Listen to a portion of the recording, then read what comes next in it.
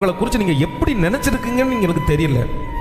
நான் வேண்டாத பாத்திரம், நான் உதவாத பாத்திரம், நான் பிரயோஜனமற்றவன், நான் இருந்து என்ன பிரயோஜனம் அப்படின்னெல்லாம் ஒருவேளை உங்களுடைய குற்ற மனசாட்சியாக இருக்கலாம், நீங்கள் ஜெயிக்காததனா இருக்கலாம்.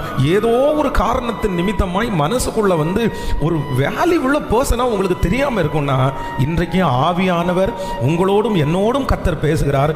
இந்த உலகத்தில் ஆண்டவர் நம்மளை ஜீவனோட வச்சிருக்கிறாருன்னா நம்ம ஒரு சாதாரணமான ஜனங்கள் அல்ல. நீங்கள் உங்கள் குடும்பத்திற்கு ஒரு வேல்யூபுல்லான ஆள், இந்த பட்டணத்திற்கு ஒரு முக்கியமான ஆள், இந்த தேசத்திற்கு ஒரு முக்கியமான ஆள், கர்த்தருக்கு மிக மிக மிக முக்கியமான ஆள். ஆண்டவர் உங்களுக்கு முக்கியம் இல்லைன்னு ஆண்டவர் தெரிஞ்சிருந்தார்னா இதுக்கு முன்னாடி ஆண்டவர் நம்முடைய குடும்பத்திலிருந்து நம்மளை எடுத்திருப்பாரு, நம்முடைய தேசத்திலிருந்து நம்ம எடுத்திருப்பாரு. நம்ம அதைத்தான் தேவனுடைய மனுஷன் எலியா அதைத்தான் கேட்கிறான், ஆண்டவரே நான் ஒருத்தன் மாத்திரம் தான் இருக்கிறேன், எனக்கு வாழ்றதற்கு விருப்பம் இல்லை, என்னை எடுத்துக்கொள்ளும் அப்படின்னு சொல்றேன். என் பிதாக்களை பார்க்கலும் நான் நல்லவன்